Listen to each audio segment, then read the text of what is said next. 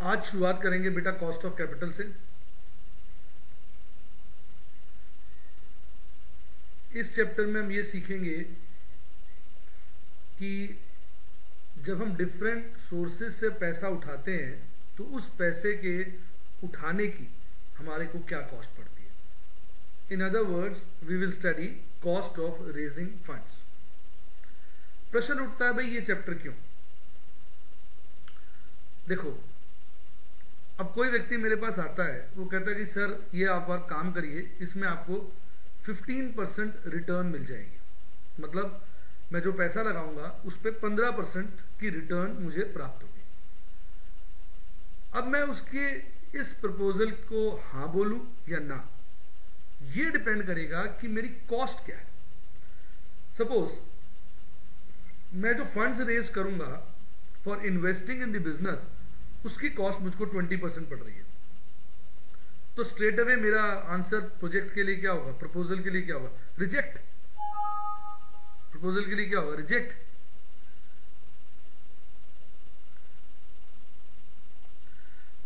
क्या होगा, रिजेक्ट। मानते हैं? क्यों? क्योंकि 20% पे पैसा उठाऊं और 15% पे इन्वेस्ट कर दूं, 5% का लॉस है। लेकिन अगर मेरी कॉस्ट ऑफ कैपिटल 10% है तो मेरा आंसर क्या होगा, yes I will go for the project. क्यों? 10% पे पैसा उठाऊंगा, 15 पे इन्वेस्ट करूंगा, सीधा सीधा 5% का प्रॉफिट है। तो ये इस चैप्टर की इंपॉर्टेंस है। हाँ बेटा, अब जब हम बात करते हैं सोर्सेज ऑफ फंड्स की, तो पैसा उठाने की हम जो सोर्स हैं उसको दो कैटेगरीज में मोटा मोटा क्लासिफाई कर सकते हैं। एक कहलाता है शेयर होल्डर्स फंड्स, दूसरा कहलाता है बोरोड फंड्स। यानी सोर्सेज ऑफ फंड्स की दो कैटेगरीज होगी, ओन फंड और बोरोड फंड। ओन फंड मतलब अपना पैसा, बोरोड फंड मतलब उधार का पैसा। अब जो ओन फंड का मतलब हो जाता है शेयर होल्डर फंड, इसकी हम तीन ब्रॉड कैटेगरीज कर सकते हैं।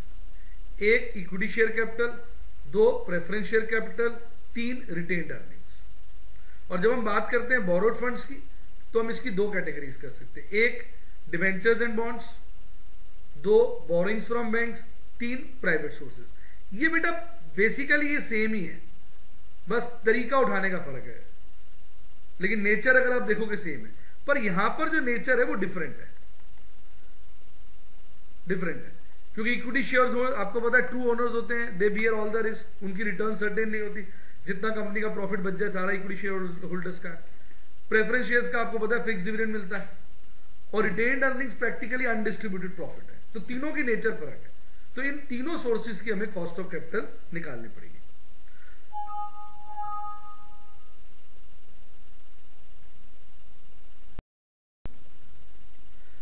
बेटा पैसा जब हम उठाते हैं बोरोइंग्स के थ्रू, तो हम अपनी बोरोइंग्स को तीन कैटेगरीज में क्लासिफाई कर सकते हैं। पहली, इररिडीमेबल डेट्स। ये वो बोरोइंग्स हैं जिनका रीपेमेंट हम कभी नहीं करते। अमाउंट बोरो कर लिया और लाइफ टाइम के लिए बोरो कर लिया, अब हर साल कंपनी उस पर इंटरेस्ट देती रहेगी। अब इस तरह का पैसा कौन प्रोवाइड करेगा? आम इन्वेस्टर तो करेगा नहीं। नॉर्मली कोर प्रमोटर्स, डायरेक्टर्स, यानी वो लोग जो कंपनी के साथ बहुत ज्यादा एसोसिएटेड है, बहुत ज्यादा एसोसिएटेड है, वो लोग इस तरह का पैसा प्रोवाइड करते हैं, क्लोजली एसोसिएटेड है। दूसरा पॉपुलर तरीका होता है लोन लेने का, वो कहलाता है रिडीमेबल डेट्स इन लमसम। यानी आपने लोन लिया और उसको लमसम में एक पीरियड के बाद उतार दिया। जैसे 5 इयर्स बाद आपने लोन उतार दिया, 10 लाख का लोन लिया, 10 लाख 10 लाख 10 लाख, हर साल 10 लाख यूज करे 5 साल तक, 5 साल बाद 10 लाख रुपए रिडीम कर दिया। ठीक। फिर तीसरी जो कैटेगरी आ जाती है वो आ जाती है रिडीमेबल डेट्स इन इंस्टॉलमेंट। वो डेट्स जो इंस्टॉलमेंट में रिडीम होते हैं। अब एग्जांपल बनाइए, एग्जाम्पल ये होगा कि मैंने 10 लाख का लोन लिया और कहा भाई हर साल 2 लाख रीपे कर दूंगा। तो पहले साल में कितना यूज करूंगा? 10 लाख। पहले साल के एंड में 2 लाख रीपे कर दूंगा। दूसरे साल कितना यूज करूंगा? 8 लाख। दूसरे साल के एंड पे 2 लाख रीपे कर दूंगा। तीसरे साल कितना यूज करूंगा? 6 लाख। इसी तरह चौथे साल 4 लाख, पांचवें साल 2 साल 2 लाख, और 5 साल के बाद वो रिडीम हो जाएगा। तो इन तीनों केसेस का जो कॉस्ट ऑफ कैपिटल निकालने का फॉर्मूला है वो अलग है। एक एक करके चर्चा करेंगे। अब सबसे पहले हम बात करते हैं रिडीमेबल इररिडीमेबल डेट्स की। अब न्यूमरेटर में हम ले लेते हैं एनुअल इंटरेस्ट। ध्यान दीजिए, न्यूमरेटर में ले लेते हैं एनुअल इंटरेस्ट, जो साल का ब्याज है। इसको मल्टीप्लाई करते हैं 1 माइनस टी से। टी होता है आपका टैक्स रेट। अब प्रश्न उठता है कि हमने 1 माइनस टी से क्यों मल्टीप्लाई किया? मेरा एक गाना याद रखिएगा, इनकम होगी टैक्स लगेगा, खर्चा होगा टैक्स बचेगा।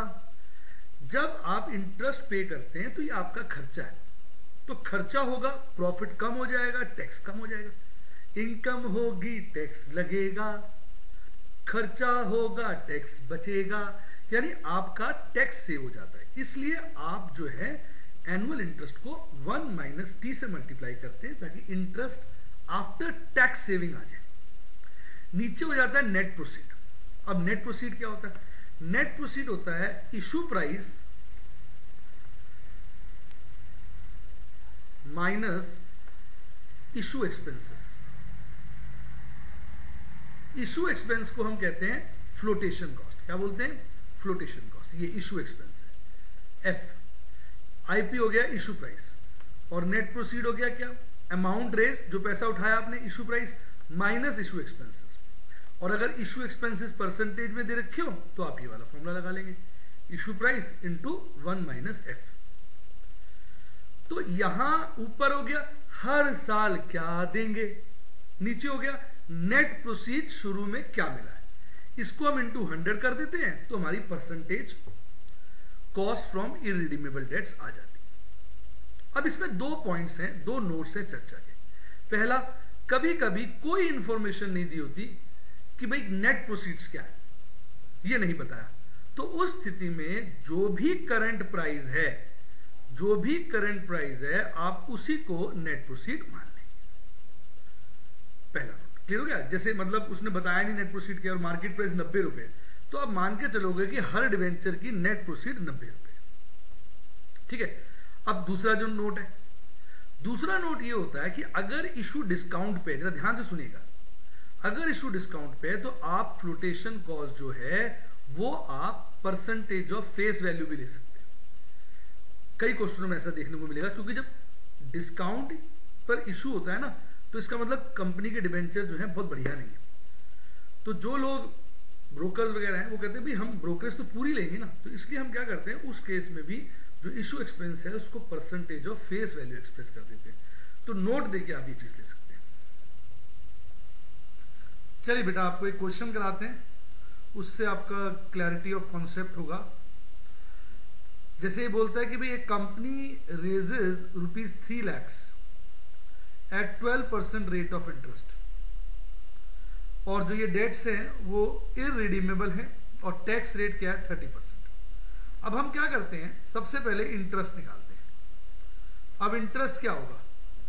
3 लाख मल्टीप्लाइड बाय 12%, यानी 36,000। अच्छा, इशू प्राइस क्या है? 3 लाख है। फ्लोटिंग कॉस्ट क्या है? 0 है, कोई फ्लोटिंग कॉस्ट नहीं है। तो नेट प्रोसीड क्या हो जाएगा? Issue price into 1 minus F, जो इस केस में 0 है, तो 3 lakh into 1 minus 0% is equal to 3 lakh. और जो आपका बेटा टैक्स रेट है वो बोला गया है 30%। ठीक, अब ये सभी वैल्यूज आप ऊपर डाल देंगे यहां पर। तो एनुअल इंटरेस्ट हो गया 30,000, टैक्स रेट हो गया 30%, और नेट प्रोसीड्स हो गई 3 लाख। इंटू 100 कर दीजिए, देखिए कैलकुलेट करिए कितना आता है, चेक करके देखिए।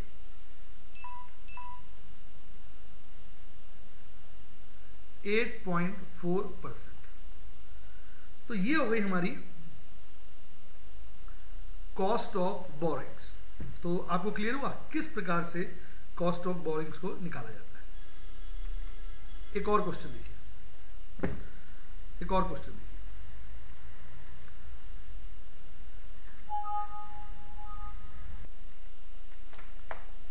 आइए एक क्वेश्चन और करते हैं। अब यहां वो कहता है मार्केट प्राइस ऑफ बॉन्ड जो है वो 94 है और जो रेट ऑफ इंटरेस्ट है वो 16% है। अब वो कह रहा है भाई यील्ड ऑफ बॉन्ड बताओ। देखो ये अब यील्ड ऑफ बॉन्ड, तो जो कंपनी के लिए अगर हम सोचें, जो कंपनी के लिए कॉस्ट होती है, दिमाग लगाओ, वो इन्वेस्टर की यील्ड नहीं हो जाएगी। दिमाग लगाइए। तो अगर इन्वेस्टर की यील्ड पूछियो तो भी फॉर्मूला सेम है। देखो ना, कंपनी ब्याज दे रही है, उसकी कॉस्ट है, इन्वेस्टर को मिल रहा है तो उसकी यील्ड है। यील्ड का मतलब क्या होता है? इनकम। तो हम वही वाला फॉर्मूला लगाएंगे जो पहले लगाया था, annual interest into 1 minus T upon net proceed. अब यहां दो तीन चर्चा के मुद्दे हैं। पहला, इंटरेस्ट क्या होगा? इंटरेस्ट जो है आप 16% लोगे फेस वैल्यू का। फेस वैल्यू दी नहीं हुई है तो आप एज्यूम कर लोगे फेस वैल्यू को 100 रुपीज, क्योंकि फेस वैल्यू या तो हम 100 मान लेते हैं या 1000, जो भी मार्केट प्राइस के नियर हो। अब चूंकि मार्केट प्राइस 94 है तो ऑब्वियसली फेस वैल्यू 100 होगी, तो इसका मतलब इंटरेस्ट हो गया 16%। नेट प्रोसीड मैंने कहा था आपको, अगर कोई डिटेल ना दे रखी हो तो आप मार्केट प्राइस को ही नेट प्रोसीड मान लेंगे। तो यहां पर नेट प्रोसीड हो जाएगी 94। ठीक है, अब आप इसको पुट कर दीजिए। यहां एनुअल इंटरेस्ट आ जाएगा 16 रुपए।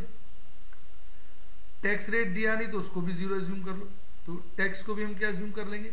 0। और नीचे आ जाएगा 94। अब आप कैलकुलेट करके देखिए, कैलकुलेटर पे चेक करिए क्या आता है आंसर। 16 डिवाइडेड बाय 94%, लगभग आपका 17.02% आता है।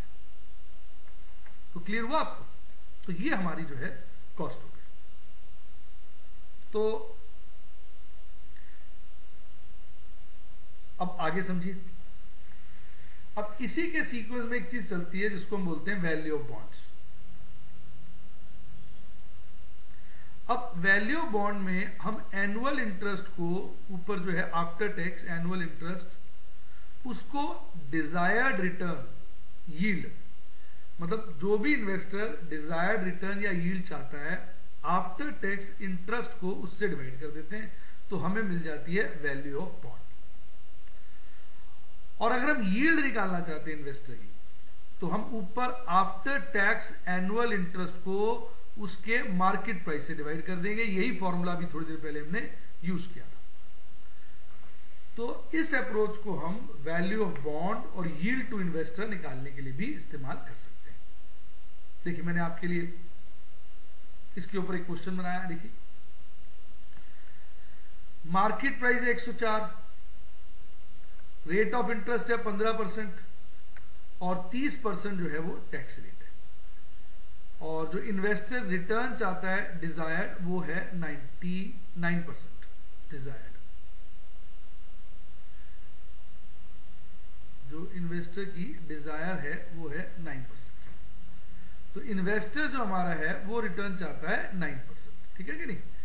तो जो डिजायर्ड यील्ड है इन्वेस्टर की वो है 9%। अब आप ऊपर लेंगे एनुअल इंटरेस्ट, वो क्या हो जाएगा? 15%। किसका? फेस वैल्यू का, जो कि आप 100 मान लोगे। इंटू करोगे 1 minus tax rate, tax rate क्या हो जाएगा? 30%। नीचे लोगे मार्केट प्राइस, वो क्या हो जाएगा? सॉरी, हमें बॉन्ड की वैल्यू निकालनी है, तो नीचे लोगे डिजायर्ड रिटर्न, वो क्या हो जाएगा? 9%। अब आप निकालिए आपके बॉन्ड की वैल्यू क्या आती है। 100 का 15% इंटू 1 माइनस 0.3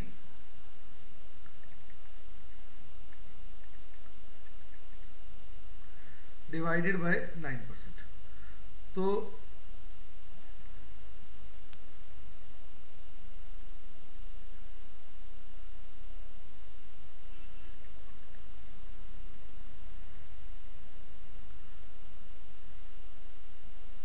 हमारे हिसाब से बॉन्ड की कीमत 116.67 रुपीज आनी चाहिए।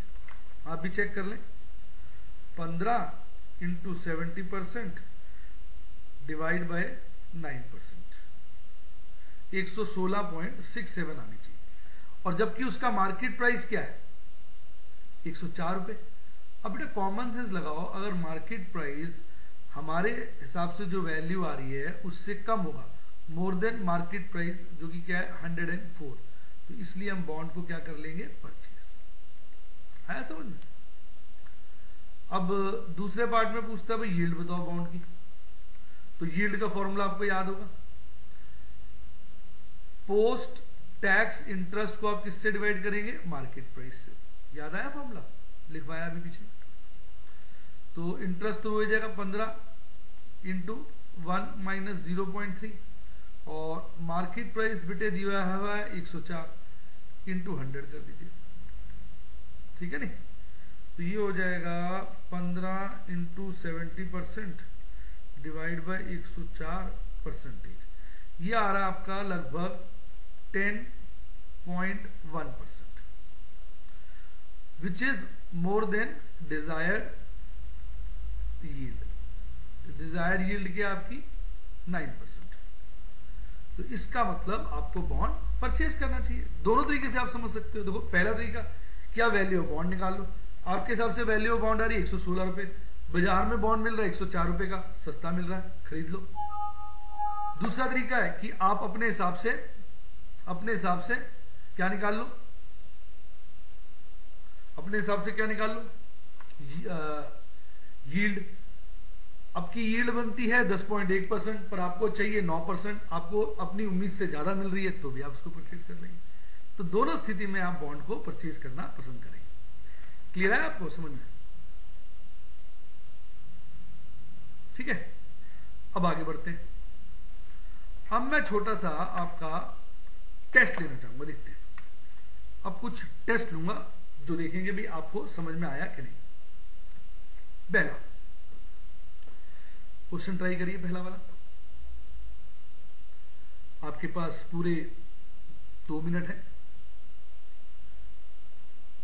क्वेश्चन कह रहा है कि बॉन्ड की फेस वैल्यू 100 है, मार्केट प्राइस 95 है, कूपन रेट ऑफ इंटरेस्ट 15% है, इन्वेस्टर की डिजायर्ड रिटर्न 20% है।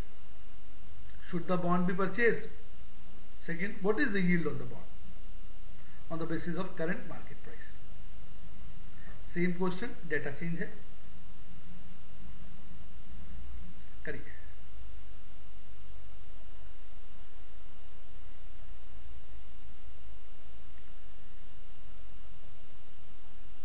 अगर आपको ज्यादा टाइम लग रहा हो तो आप इसको फ्रीज कर सकते हैं, वीडियो को स्टॉप करके फिर आप करिए।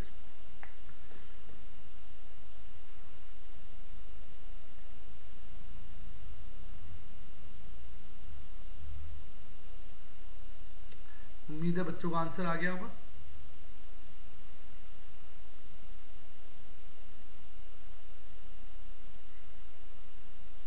आइए आंसर देखते हैं। वैल्यू ऑफ बॉन्ड आ रही है 75, मार्केट प्राइस है 95, सस्ता आ रहा है, बॉन्ड खरीद लेना चाहिए।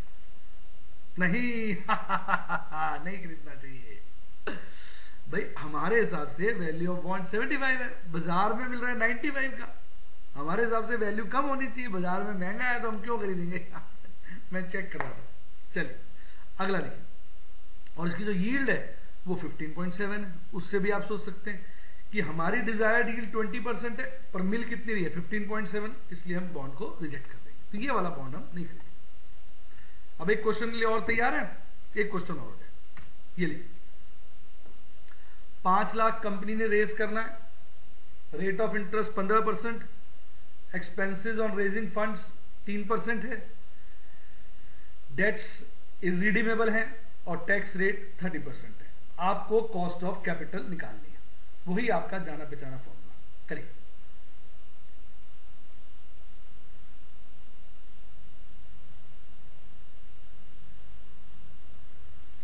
पूरा 1 मिनट दे रहा हूं मैं आपको करने के लिए।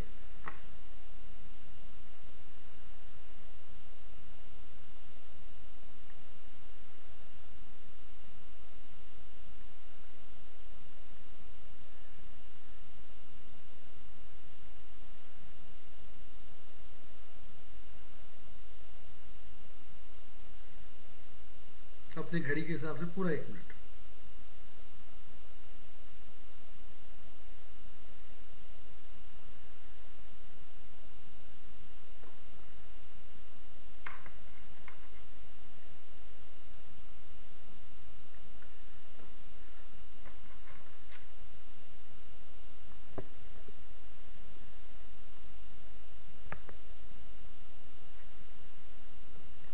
घड़ी के हिसाब से पूरा 1 मिनट।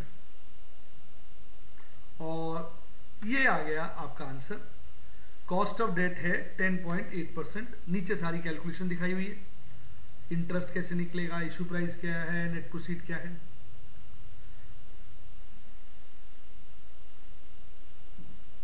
तो जिन जिन बच्चों का ठीक आया उनके लिए जोरदार तालियां। Good, keep it up. इसी तरह आप राइज करें। एक क्वेश्चन और, इसमें 10 लाख फेस वैल्यू डिवेंचर्स की, इस बार हमने उसको 5% प्रीमियम पे इशू किया है। इंटरेस्ट जो है 15% है, एक्सपेंसेस ऑन इशू 2% है, डेट्स इरिडीमेबल है, टैक्स रेट 35% है। फिर मैं आपको 1 मिनट दे रहा हूं करने के लिए, आप करिए।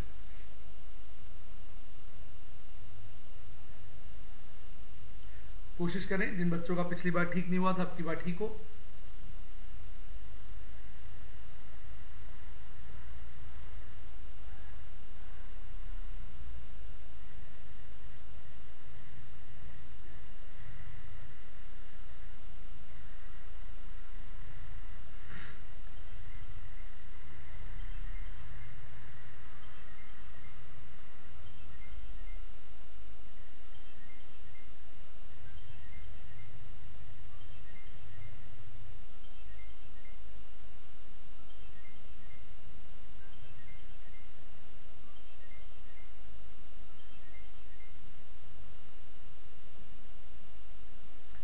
चलिए, अब आंसर आपके सामने आ रहा है।